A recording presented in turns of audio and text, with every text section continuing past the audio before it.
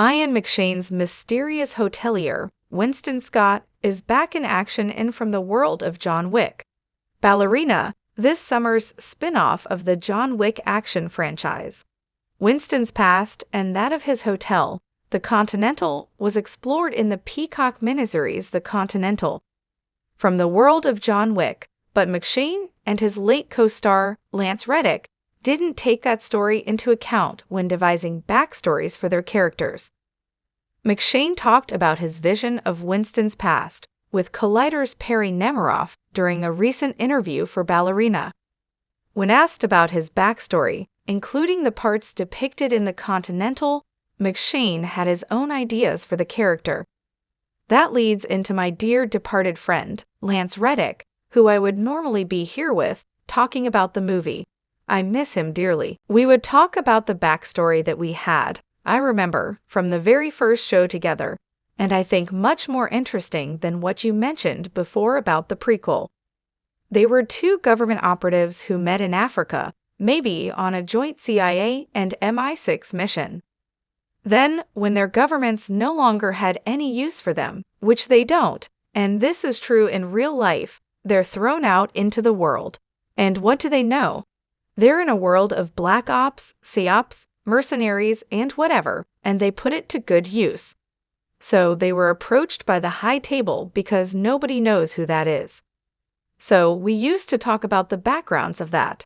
He also commented on the character's wardrobe and how it reflects on his character, even as the franchise's spin-offs and sequels become more outlandish. But at the same time, running a hotel are these two very official-looking guys.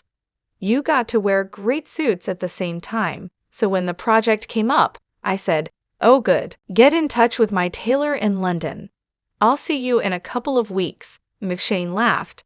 It's been a great thing to be a part of and still is. When you see it, each time, I think they've nurtured it and gotten it better over the 5. They haven't let it get out of hand. It seems a natural progression. People love the show, love the series, and I think love the characters in it. And I hope they feel the same about Ballerina. I'm sure they will. You'll be able to see if you love Ballerina when it pirouettes into theaters on June 6. The impeccably dressed and mannered Winston is the manager of the Continental, an upscale hotel in New York City that caters to a shadowy underworld of assassins.